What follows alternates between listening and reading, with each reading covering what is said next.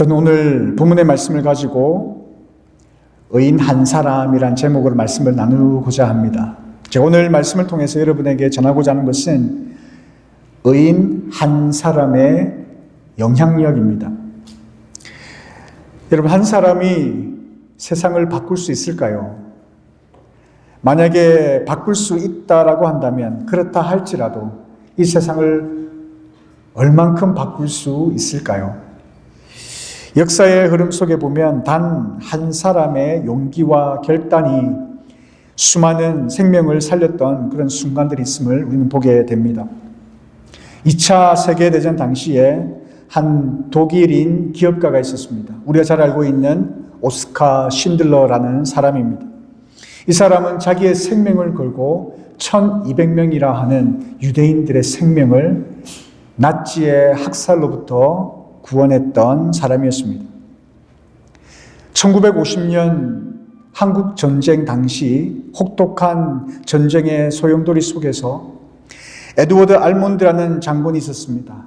흥남 부두에서 10만 명의 피난민을 남쪽으로 탈출시켰던 그런 장군입니다. 그의 결단이 없었더라면 아마도 그들은 그곳에서 다 죽음을 당했을지도 모릅니다.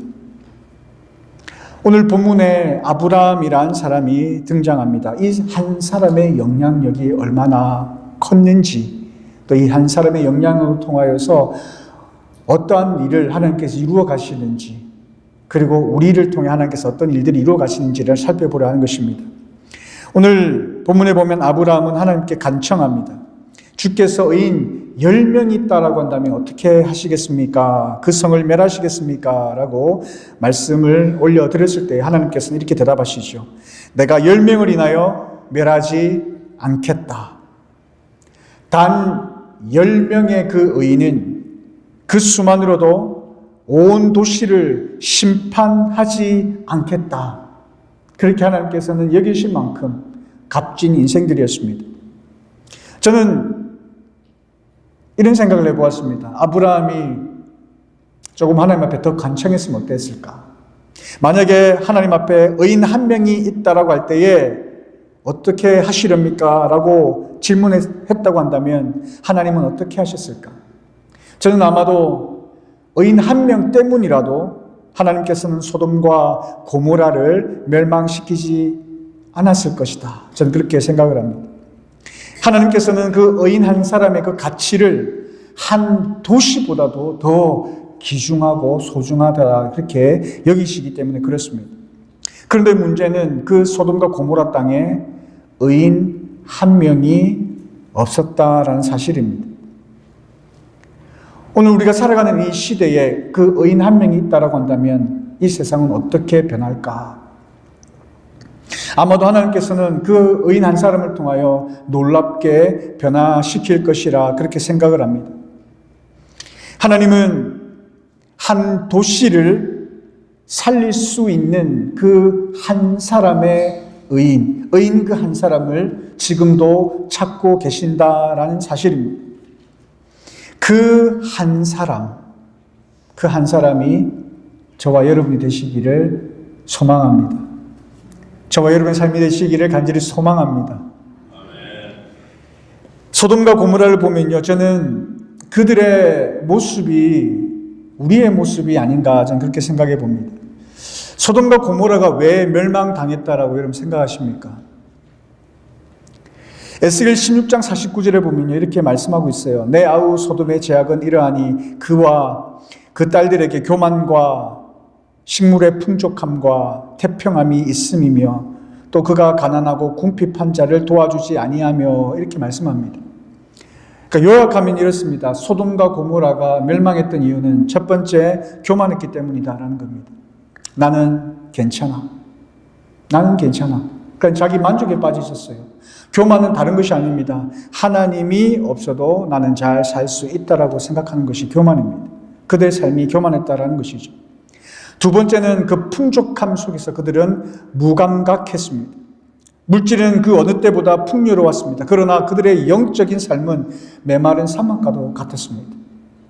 외적인 풍요로움 속에 빈곤한 영적인 상태를 그들은 보지를 못했다라는 것이죠. 세 번째, 이웃에 대해 무관심했다라고 합니다. 옆에 누가 사는지, 어떤 일을 하는지 우리는 무감각합니다. 각자 이 세상 속에서 살아남기 위해서 우리는 정신없이 그렇게 살아가는 것 같아요. 서로에 대해서 아무런 관심 없이 그렇게 살아가는 것 같습니다. 결국 하나님 없는 삶, 네 번째는 하나님 없는 삶입니다. 결국에는 그들이 멸망할 수밖에 없었던 이유는 바로 그것입니다. 종교는 있습니다. 그러나 그곳에 하나님이 없어요. 형식적인 신앙생활을 합니다. 그러나 그것에 하나님이 빠져 있더라라는 것입니다. 그러한 그들의 삶의 모습이 오늘날 우리의 삶과 너무나 흡사하다라는 사실입니다. 저는 하나님과 아브라함과의 대화를 보면서 놀라운 사실을 발견합니다. 아브라함이 하나님께 이렇게 질문합니다. 50명이 있다면 어떻게 하시겠습니까? 45명이 있다면, 40명이 있다면, 30명이 있다면, 20명이 있다면, 마지막 10명이 있다면 이렇게 질문합니다. 숫자가 계속 줄어듭니다. 그러나 하나님의 대답은 동일했습니다. 내가 멸하지 않겠다. 내가 멸하지 않겠다. 하나님은요, 우리를 절대 포기하기 원하시지 않습니다. 하나님께서는 심판하기보다는 구원하기를 원하셔요. 하나님께서는 멸망시키기보다 우리를 살리기 원하신다라는 것입니다. 지금도 이 순간 하나님께서는 이 땅에서 하나님의 그 일을 감당시키기 위한, 감당할 수 있는 그러한 의인 한 명을 찾고 계신다라는 사실을 우리는 기억해야 한다라는 것이죠. 그렇다면 누가 의인일까? 누가 의인일까요, 여러분? 세상에서는 의인을 이렇게 정의합니다. 도덕적으로 완벽한 사람이다. 종교적으로는 열심히 있는 사람이다. 사회적으로는 성공한 사람이다라고 이렇게 말합니다. 그런데요, 하나님의 기준은 달라요. 하나님의 기준, 하나님께서 찾으시는 의인은 누구냐? 하나님과 바른 관계를 맺는 사람입니다. 그러한 사람이 의인입니다. 로마서 4장 5절에 보면 이를 아니할지라도 경건하지 아니한 자를 의롭다 하신 이를 믿는 자에게 그의 믿음으로 의롭다 하시다. 그렇게 말씀하고 있거든요. 의인이란 누구냐? 예수 그리스도 안에서 하나님과 회복한 자, 하나님과 올바른 관계를 맺고 살아가는 그 사람을 의인이다라고 하는 것입니다. 우리가 완벽하기 때문에 용서받은 것이 아닙니다. 하나님의 은혜로 우리가 죄 용서함을 받았다라는 것입니다. 그래서 하나님과의 바른 관계를 맺는 사람들에게 특징이 있어요. 한 5가지를 요약을 했는데요. 나는 의인일까 한번 생각해 보시길 바랍니다. 그 첫 번째가 뭐냐면 예수님을 믿는 마음이 있어요. 믿음이 있어요. 구원의 확신이 있다는 겁니다. 두 번째는 죄에 대한 민감함이 있습니다. 잘못했을 때 그것이 잘못된 것임을 알게 된다. 그것이 성령님의 역사거든요. 세 번째는 하나님의 말씀을 사모하는 마음이 있어요. 물론 우리가 매일같이 하나님의 말씀을 읽고 묵상해야 되지만 바쁜 생활 속에서 그러지 못할 수 있습니다. 그러나 하나님을 알길 원하고 하나님의 말씀을 읽길 원하고 하나님을 더 알아가고자 하는 그런 마음이 있다는 것이죠. 네 번째는 기도해야 하는, 또 기도하고 싶은 마음이 있다는 겁니다. 하나님 앞에 부르짖고 힘들 때 어려울 때 하나님을 찾고 싶은 마음이 있다는 것입니다. 그것이 바로 하나님과 우리 사이에 교제하고 싶어하는 그러한 인간의 본성이라는 겁니다. 의인의 본성이라는 거예요. 그리고 마지막 5번째는 이웃을 사랑하고자 하는 마음이 있습니다. 완벽할 수는 없고 부족할지라도 남을 도우고자 하는 그 마음이 우리 안에 있다는 것입니다. 이런 마음이 있을 때 우리는 우리가 의인이구나, 하나님의 자녀이구나 이렇게 깨달을 수 있을 것입니다. 완벽하지 않아도 괜찮아요. 하나님은 이미 우리를 의인이라 부르고 계신다는 사실입니다. 하나님께서는 이미 우리를 하나님의 백성이다라고 말씀하고 있다라는 것입니다. 중요한 것은 뭐냐면 우리가 의인답게 살아가야 한다는 데 있습니다. 우리는 하나님께서 부르시고 하나님께서 찾으신 의인인데 우리가 살아가는 삶 속에서 정말 우리는 의인으로서의 삶을 살아가고 있느냐라는 거죠. 성경을 보면 그 한 사람이 얼마나 큰 영향력을 미치며 영향을 끼치며 살아가고 있는가 볼 수가 있는데요. 노아라는 사람은요, 인류가 그를 통해 보존되었습니다. 아브라함은 그 한 사람의 믿음으로 말미암아 이스라엘이라는 민족이 시작되었습니다. 모세는 그의 결단으로 말미암아 400년 동안 노예 생활을 했던 그 민족을 해방시켰습니다. 다니엘은 그의 기도로 말미암아 한 나라의 정책이 바뀌는 놀라운 역사가 나타나는 것을 보게 됩니다. 에스더는 한 사람의 용기로 민족 전체가 구원을 받습니다. 너무나 많은 예들이 성경에 기록되어 있습니다. 이것은 단순한 성경 안에서 이루어지는 이야기가 아닙니다. 오늘날 이 시대를 살아가고 있는 이 땅 가운데도 동일하게 일어날 수 있다라는 사실이죠. 우리의 가정에서 한 사람의 기도가 그 가족 전체를 변화시킬 수가 있는 거예요. 한 사람의 그 정직함이 직장의 분위기를 바꿀 수 있다라는 것입니다. 학교에서는 그 한 사람의 선함이 학급 전체를 바꿀 수가 있다라는 것이죠.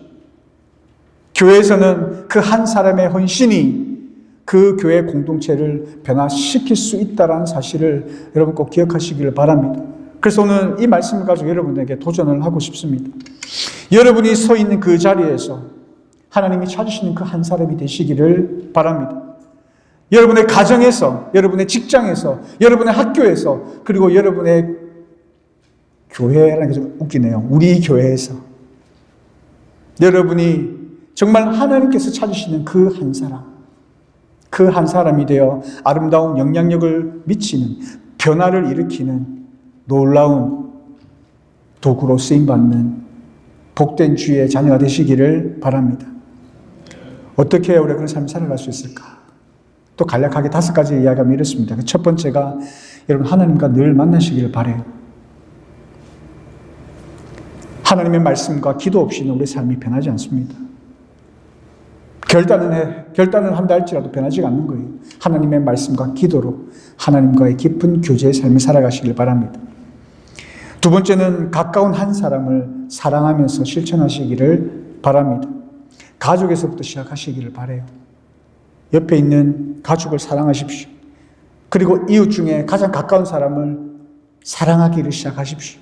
먼저 다가가시기를 바랍니다. 그리고 세 번째는 정직하게 사시기를 바랍니다. 작은 일에서부터 진실하시기를 바랍니다. 거짓말하지 마시기를 바랍니다. 약속을 지키시기를 바랍니다. 그리고 감사하며 사십시오. 불평 대신에 감사로 하나님 앞에 찬양하며 살아가는 삶을 살아가시기를 바랍니다. 그리고 마지막으로 나누며 사시기를 바랍니다. 물질을 나누시고 시간을 나누시고 재능을 나누시고 우리가 가지고 있는 하나님께서 우리에게 허락하신 그러한 은사들을 통하여서 여러분이 가지고 있는 것들을 나누시는 삶을 살아가기를 바랍니다.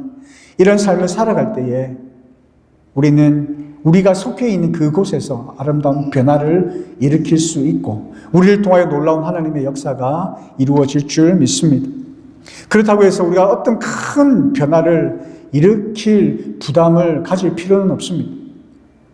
성경에 보면 씨앗의 법칙을 이야기를 하고 있거든요. 작게 시작해서 크게 자랍니다. 겨자씨 같은 작은 씨앗 하나가 큰 나무가 되는 것처럼 우리의 작은 섬김이, 우리의 작은 시작이 큰 변화를 일으킬 수 있습니다. 누룩의 법칙을 이야기합니다. 보이지 않게 스며들어 전체를 변화시키는. 그래서 그 작은 누룩이 큰 덩어리를 부풀게 하는 것처럼 여러분의 작은 섬김이 여러분이 속해 있는 그 공동체를 완전히 변화시킬 수 있다는 사실을 여러분 기억하시기를 바랍니다. 여러분 또 빛이 있습니다. 빛의 법칙이 있어요. 그 작은 빛이 어둠을 밝힙니다. 길을 낸다라는 거죠. 작은 촛불 하나가 큰 불을 일으킨다라고 그렇게 말씀을 합니다. 우리의 그런 작은 섬김이 우리가 처해 있는 가정과 직장과 학교와 교회와 사회에서 놀라운 변화를 일으키는 귀한 그리고 복된 하나님의 도구로 사용될 줄로 믿습니다. 사랑하는 성도 여러분, 하나님께서 지금 우리를 부르고 계십니다. 우리가 뭘 할 수 있을까? 아마 신들러도 그렇게 생각했을 거예요. 그가 할 수 있는 게 뭐가 있을까? 그러나 놀라운 일을 일으켰던 것처럼 성경 속에 그 위대한 인물들이 놀라운 일들을 일으켰던 것처럼 우리를 통해 하나님 놀라운 역사를 이루어 가실 줄 믿습니다. 완벽한 사람이 하나님이 찾으시는 사람이 아닙니다. 하나님과 올바른 관계를 맺는 사람들, 그리고 그 관계를 지키려고 애쓰는 사람들, 그 사람들이 바로 하나님이 찾으시는 그 한 사람임을 여러분 기억하시고, 여러분을 통하여 하나님의 놀라운 역사가 나타날 줄로 믿고, 그렇게 하나님 앞에 기도할 때에 그러한 역사가 나타날 줄로 믿습니다. 여러분, 그래서 오늘 결단하시길 바랍니다. 하나님, 제가 바로 그 한 사람이 되겠습니다. 저를 사용해 주옵소서. 제가 있는 그 자리에서 하나님이 찾으시는 그 의인 한 사람, 그 의인이 되겠습니다. 저를 통하여 이 땅을 살리는데 저를 사용하여 주옵소서. 믿음으로 기도하며 나아가는 저와 여러분의 삶이 되시기를 바랍니다. 그래서 여러분을 통하여서 여러분의 가정이 변하고, 직장이 변하고, 교회가 변하고, 이 땅이 변하는 복이 여러분을 통하여 임하기를 주님의 이름으로 축복합니다. 주신 말씀을 생각하면서 하나님 앞에 기도하며 나아가는 시간 갖도록 하겠습니다. 하나님 앞에 하나님께서 찾으시는 그 한 사람, 그 한 사람이 되게 하여 주옵소서. 그래서 가는 곳마다, 서 있는 그 자리자리마다 하나님의 놀라운 사랑을 전하고 하나님의 뜻을 이루어드리는 복된 주의 자녀가 되게 하여 주옵소서. 하나님, 우리 교회를 사랑하여 주시기를 소망합니다. 우리 교회의 조그마한 공동체이지만 우리 교회를 통하여서 이 지역사회가 변하는 놀라운 일들이 일어나기를 소망합니다. 이 미국 땅이 변하게 하시고 세계가 변하는 그 일에 쓰임받는 도구가 되게 하여 주시옵소서. 우리의 가지고 있는 것은 너무나 보잘것없고 우리가 하나님 앞에 드릴 수 있는 것은 너무나 보잘것없는 것들이지만, 그러나 하나님께서 우리를 통하여 역사하실 때에, 우리를 사용하실 때에 놀라운 변화의 역사가 일어날 줄로 믿사오니, 하나님, 우리를 통하여 하나님 역사하여 주시고 우리를 통하여 하나님의 놀라우신 영광이 드러나는 주의 귀한 도구로 사용하여 주옵소서라고 이 시간 함께 기도하며 나아가도록 하겠습니다. 기도하겠습니다.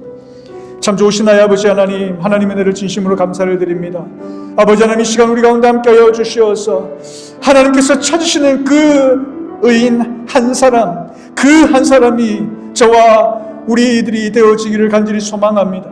하나님, 우리가 가는 곳마다, 우리가 살아 숨쉬는 곳마다 하나님의 나라와 영광이 나타나는 자리가 되게 하여 주시기를 소망합니다. 보잘것없는 아주 작은 것 하나 내어드리지만 그것을 통하여 역사하시는 하나님을 기대합니다. 그것을 통하여 변화시키시는 하나님을 기대합니다.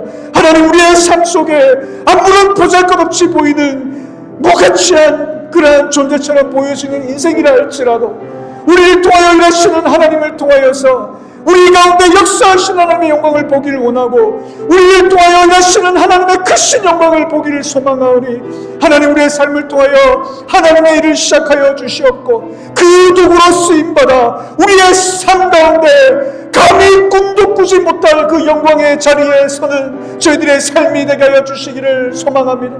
아버지 하나님, 특별히 빛과 소금 한인교회를 긍휼히 여겨 주시어서 그 누구도 주목하지 않은 그런 교회일지라도 하나님께서 주목하시고 하나님께서 사용하여 주시어서 이 땅 가운데 주의 거룩한 교회로, 주의 귀한 도구로 쓰임받아 이 땅 가운데 하나님의 마음을 시원케 해드릴 뿐만 아니라 이 땅 가운데 하나님의 살아계심을 증거하며 선포하며 전파하며 살아가는 복된 주의 교회가 될 수 있도록 인도하여 주옵소서.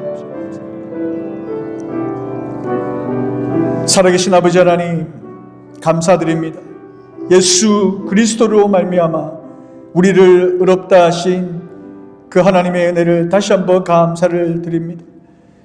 이 땅을 살리기 위한 귀한 사명을 우리에게 주시고 우리에게 주의 백성으로 하나님이 찾으시는 그 의인 그 한 사람 한 사람으로 우리를 불러주심에 진심으로 감사를 드립니다. 하나님, 우리가 가진 것이 없다 하여서, 아는 것이 없다 하여서 우리 스스로를 과소평가하지 않게 하여 주시옵소서. 우리가 이미 하나님께서 불러주신, 하나님이 찾으시는 그 의인임을 깨닫게 하여 주시옵고 의인으로서 의인다운 삶을 살아가는 저희들의 삶이 되게 하여 주시옵기를 간절히 원하고 소원합니다. 그래야 하나님, 우리가 있는 그 자리에 하나님의 의를 나타내는 존재가 되게 하여 주시옵소서. 우리 한 사람 한 사람을 통하여서 우리 가정이 변하게 하시고 직장이 변하게 하시고 학교와 교회와 이 땅이 변화되게 하여 주시옵소서.